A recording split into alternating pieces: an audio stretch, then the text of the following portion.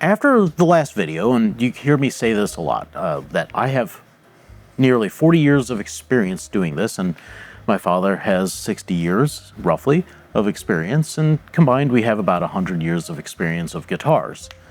And I actually got an email from one of you guys, very lovely email, and I actually had to read it several times because it made me realize that my path is not normal. I actually want to tell you about how we got our start in this and essentially how you could get into this as well. Without further ado, I guess I'll start with my father because this is where the story really begins. How did you get into building guitars?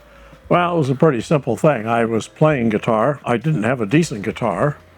And I thought, well, I can't do any worse than to try to make one. I got a book on the subject. Ah, that's a mighty thick book, too. I've seen it. It was a very, very thin book, but it was extremely helpful. It didn't have any fluff in it. It was just the facts. And I built my first guitar summer of 1966, which I still have here. By all our rules today, violates all of them. Put together with Elmer's glue in a non-humidity controlled basement using woods that I'd bought about 2 months before I built it. What's the sides and back? The sides and the back are a poplar, which I salvaged from the dining room table that my parents bought when they got married back in the 1930s. I laboriously cut this up with a handsaw because I didn't know how you did that, and I was completely self-taught. And that was just my first foray into being stupid, which has continued to the day. We're really good at it. Yeah, I probably know more wrong ways to put a guitar together than just about anybody at this point. But at any rate, miraculously, this thing has been strung under tension the entire 60 years it's been together, and it still works and plays just fine.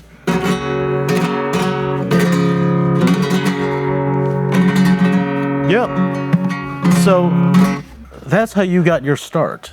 Yes. And so how'd you go from that to Okay, well, I never intended to be a guitar maker. My only intention of making guitars, with the woodworking aspect, I was completely zilch at, obviously. My intention was to be a player. That's where I was aiming. And I kept knocking my head against that wall and building guitars, and each one selling it to a friend or an acquaintance or somebody that, wanted a cheap guitar. I kept trying to think, well, maybe the next one will be the level I need to have for my playing. I never really got there with that, and I finally went to Spain, 1967, and I bought a Ramirez guitar, thinking that was going to be the guitar of my dreams. The guitar they delivered was less than ideal, shall we say. It was a guitar of your dreams, but it was just nightmare fuel. It was not the dreams I was hoping to have. That was a really good favor the Ramirez did for me, because I continued building, and I started to get people who I didn't know coming to me asking me to build guitars. And slowly but surely, like goldfish that think, but not fast enough,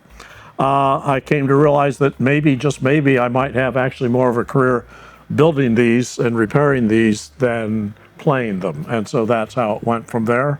And I moved to Chicago eventually after knocking my head against the wall playing professionally for a number of years. Went full-time just into building, and here we are. A couple of years after you moved into Chicago, along comes me. A few years, yes. A few. At that point in time, I remember that you had two guys working for you. They were making parts and mistakes and some parts and more mistakes. Yes, I found that by hiring people, I could make mistakes faster. Okay, good. It was much more efficient. Yeah, we are a model of efficiency around here. I mean, we can run headlong into any mistake at any time. Yes. I just remember growing up in the shop because, my mom was running the books for the business. Yep. And he was running the business. So I was just kind of always around the shop. And what do you do when a kid's around the shop at age 1 or 2?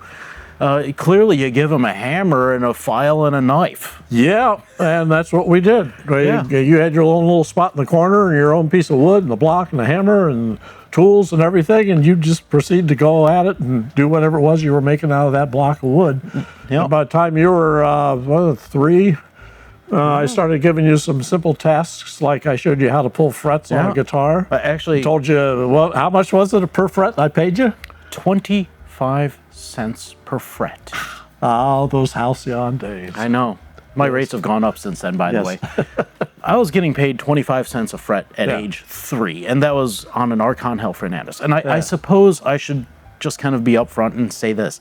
I'm 42. That's 39 years, and as far as I'm aware, that's rounding up to 40. Yeah. I started pulling frets at age 3 out of an Arcangel Fernandez, of all things. Magnificent guitar. Yeah. And I remember, still is. From there, I got to do a little bit more tasks. I would do a crack repair here, a crack repair there. My first crack repair was on one of my deepest, greatest loves of guitars, and you're going to notice a reoccurring theme here. A 1968 Ramirez 1A. Yep, that's what I started my careers on, is an Arcangel Fernandez and a Ramirez 1A.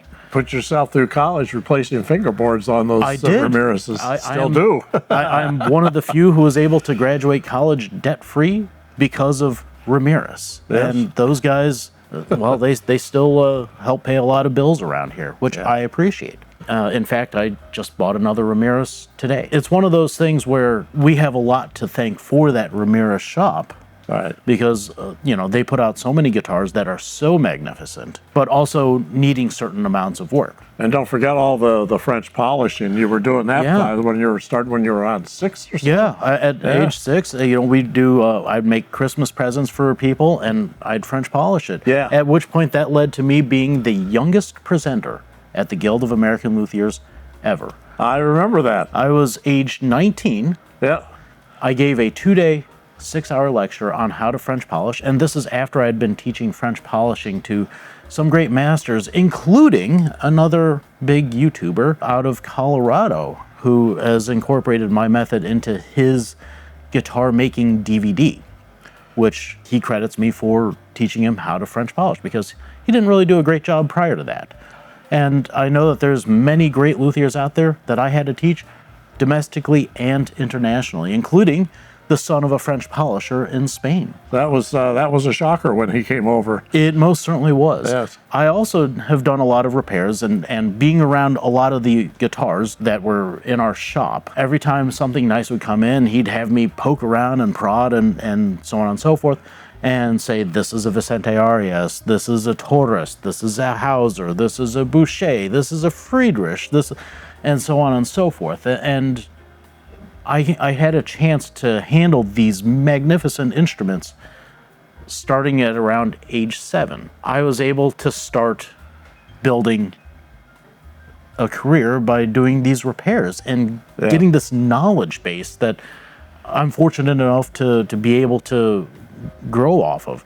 And I'd been doing, all summer long as I could remember, and quite literally, I mean, this is full-on Stockholm Syndrome here. I have been doing these repairs forever. You're very fortunate in that very early on, when I realized I had to be serious about the making more so than I was about the playing, which I was kind of lackadaisical about.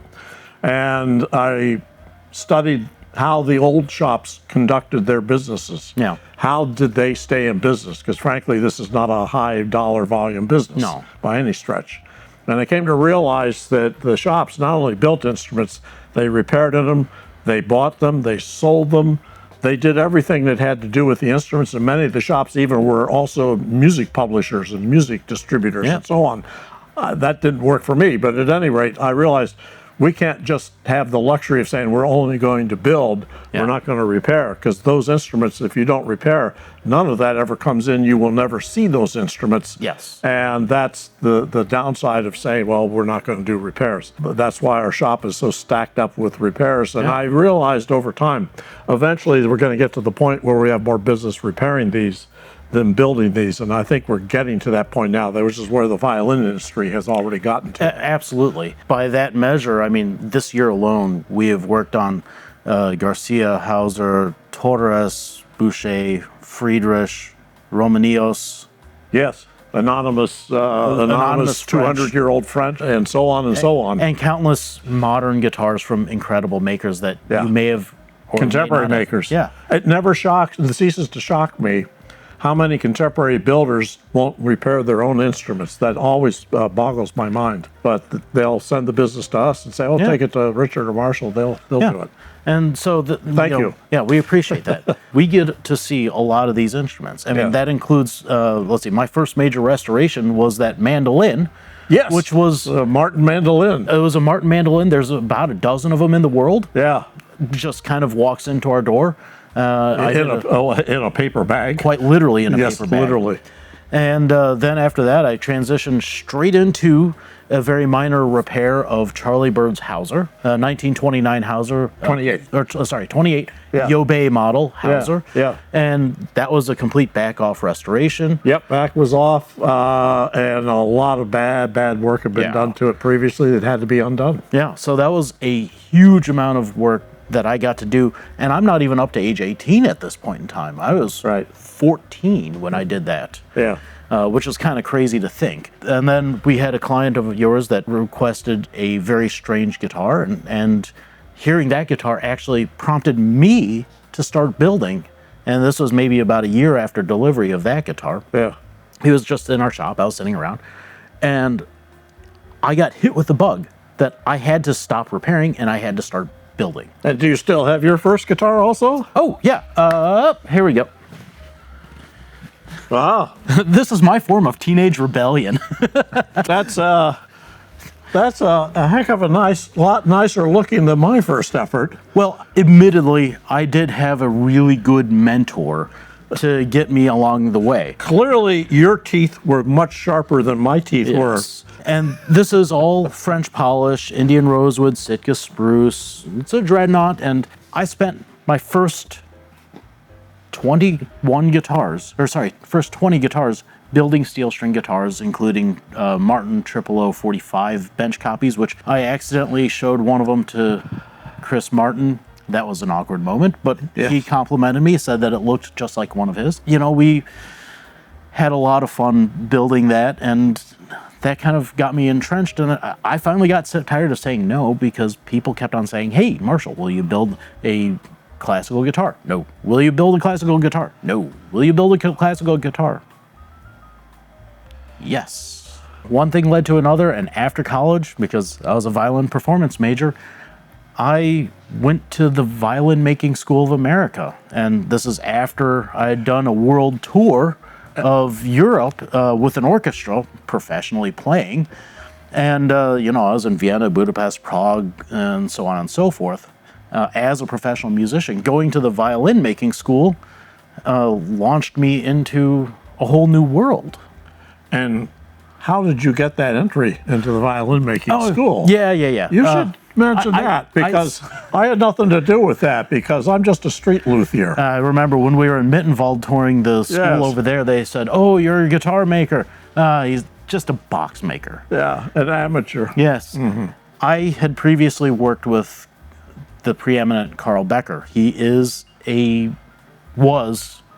I miss him dearly. He was the best living violin maker in the world. Yep. I would pop over to his place from time to time. We bought a bow from him. Mm-hmm. I said, "Hey, I'd love to start doing this." And he says, "Why don't you come up and live with me for, a part of the summer, and we'll work together." After that, I said, "You know what? This is what I want to do. I want to make violins." So after my brief apprenticeship with him, I went, back to college and was taking German and Italian at the same time, and that does not go well. No. I remember none of it, and all it did was destroy my Spanish. So he asked me one day how school was going, and I told him, and I said, "I've got these 2 classes dragging me down." He says, "Let me write you a letter of recommendation to the Violin Making School of America in Salt Lake City. It's the best violin making school in the world." I thought, I didn't even say I want to make violins, but he knew from the 2 languages that I was learning, that's what I wanted to do. So through his introduction, I was able to get through those 1,400 applicants that they get every year. That's incredible, isn't it? Yeah. 1,400 applicants every year. They accept 14. When you go into that school, of those 14, typically 7 will be gone by the end of the first year. It's not a hobbyist school. No. It's a full-on professional preparation. It is. training school, period. It's of those 7 that make it through the first year, only 3 graduate. Yeah. Typically 2 on their first try, and I did it on my first try. Yeah. So it's a tough school to A, get into, and B, to graduate from. They don't grade on the curve. No, it's pass fail, and the most nerve-wracking thing is graduation day, because you take your final oral exam the morning of, and you don't know if you're graduating until the end of the school day, about 2 hours before graduation. So you've got your family and everybody coming out to encourage you through, and you have that very real possibility of saying, sorry for the travel, guys. Let's go out for a consolation dinner. I guess I'm buying. But fortunately, I didn't have to go through that. And, here I am.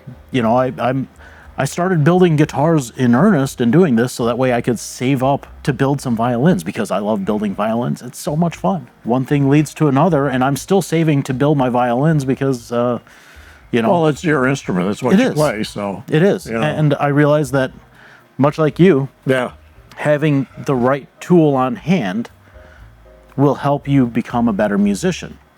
But that said, I realize that my violins, as good as they are not enough to encourage me. So then I got into old violins, where I daily play a 1710 violin, and my daughter stole a violin from 1692 from me. We get a chance to play together as much as possible, which is a whole lot of fun. That's how I got to here. So yes, I have 40 years of experience. I have been doing this my whole life. I was the weird kid when they said, what do you want to be in school? I want to be an astronaut. I want to be a garbage man, and near the twain shall be that close ever again. Right? Yeah. I was the guy who says, I want to make violins and guitars for a living. And people would just look at me like, you're nuts. So, this for me has always been a burning passion. Now you have made some interesting instruments. Yes, yeah. Well, besides the guitars, I've also built many harpsichords, quite a few lutes. Hold on a second. Let's transport ourselves over to our other instruments, and let's see if we can do it with a clap of our hands real quick. Okay? Yeah. All right. Oh, there we are. Here we are. Way faster than walking, isn't it? Much faster. We got to do this transportation thing much more often. I know. Yeah. I hate to see what happens when we break wind. Yes. This is my dad's first harpsichord. I think, as you said, if you were truly a smart man, this would have been your last. Well, if I was thinking, it would have been. I built this in 1974. It's virginal, but it's still a harpsichord. This is the most unstable, most difficult to maintain of all the harpsichord family, which I didn't know when I built it, but I found out very quickly right afterwards. Most of the harpsichords I built were big double manual instruments, which are concert instruments, which are actually a little more stable. Harpsichords are extremely labor intensive, and all the things I've done in all of my life, far, far and away, making harpsichords was the most efficient way to lose money of any of them. Made raising children look downright economical. Totally. This is the violin that I toured the world with, went to college with, that he made for me, which, had it been a better instrument, we wouldn't be having this conversation. No offense, but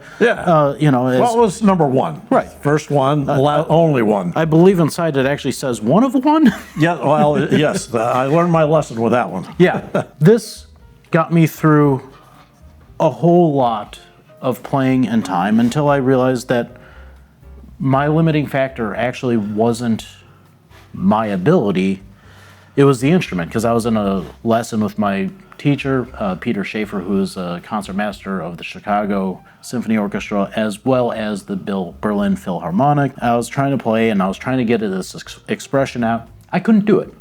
And then he says, hold on, why don't you try it on my violin? And then I said, you do it on mine. And he did, and he couldn't either. So it was at that moment where I realized that I had hit the ceiling of my instrument, and I could not progress any further.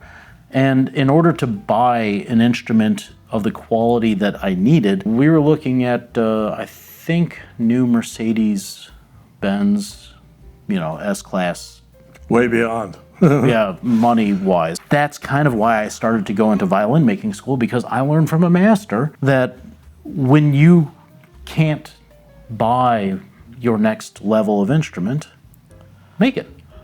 Yeah. And it was Sir Henry Royce that says, always seek perfection in everything that you do.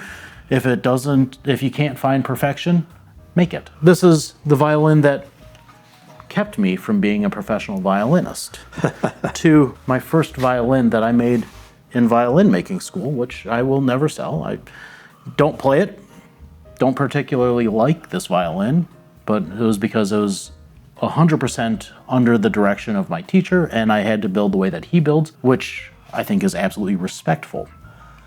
But that said, I love having it because I made it. Let's see, you made a whole bunch of lutes too. I got very active making lutes in the 1970s, and this is a Renaissance lute based on a Lux. Oh, that's weird. I thought it was Baroque because it's got a Baroque string. Yes. I had a lot of fun making the lutes, but again, they're very labor intensive because there's very little you can do ahead of time because each lute is very, very different. And the lute players are very fussy about what they want, so each one is a one-off. You were also building to the ideals of their historical accuracy. Yes. And what one at that time in the 70s and the 80s, they didn't have as much of the collective body of research, nor did they have the access to the information that's out there. So when you get to somebody like Brandon Aker, who's done a lot of the research and has been able to compile a lot of that stuff together, he's got a stronger understanding than kind of whichever rabbit hole you had to cater to. Well, that's true. And the research keeps moving forward with these historical instruments, and no matter how accurate you are when you build one, eventually the experts will come along and prove that, nah, you didn't know what you were doing, that was all wrong, and therefore the instrument on the used market is now worthless. Yeah, story of our life, right? Yes. So building copies of old instruments is, for you budding luthiers, not a good business model. No. I'll tell you what works, though. Build what you like. Yes. And perfect it. Yes. And as soon as you're done finding perfection, perfect it more. Because I thought that I built the best guitar that I've ever built 25 guitars ago. And I kept on refining it, and they're even better now. Well, that's what Lanfranco said in 1550, I believe. The job of the luthier is to perfect that which was already perfect. So... See, even idiots back into genius occasionally. This is how we got to here, you know? And then for us, just seeing guitars, taking them on, and basically an unwavering desire to keep ourselves, well... fed. Yeah. Some of us a little bit more successfully than a nasty habit. I know. I mean, essentially, we are both musicians who have moved from your side of the bench to ours because we figured out that we're having a lot of fun, and ultimately I do this because it makes me happy, and I know you do this because it makes you happy. And we're not guitar dealers, we're not guitar repairmen. At the end of the day, we are purveyors of joy because it brings us joy to build or fix something for you that brings you joy, where you can bring joy to other people through your playing. Exactly. I suppose I can't really close on anything better than that. So without much further ado, thank you. Please help support us because, by golly, we've put a lot of work into building this and just want to share our knowledge with you. So until next time, like, subscribe. I'll see you later. Thanks for watching.